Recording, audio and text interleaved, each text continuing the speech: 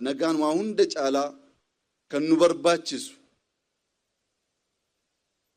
ሚሶ መከሲ ከን አርጉዳፍ ከኑ ገርጋሩ ዋንቴፍ ሰላም ከምንም በላይ የሚያስፈልገን እንዲህ ያለ ልማት እንዲኖር ነው።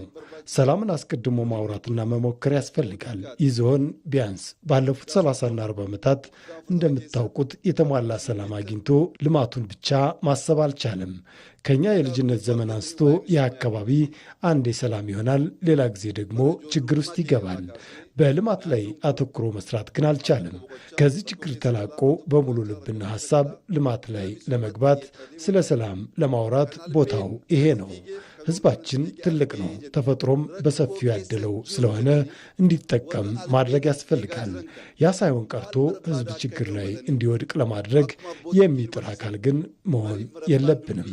በግጭት አውድ ውስጥ ያሉትም እንደ ባህሉ በመነጋገርና በመወያየት ሰላምን በማስቀደም ይበቃል፣ ሰላም ይሻለናል ሊባል ይገባል። ያገኘነውን ይህን ዕድል ማበላሸት የለብንም። እርስ በራስ መገዳደልና መጠፋፋት ይበቃል ብለን የማናስቆማቸው ከሆነ አሁን ያየነውን ልማት ማስቀጠልና ማስፋት አይቻልም።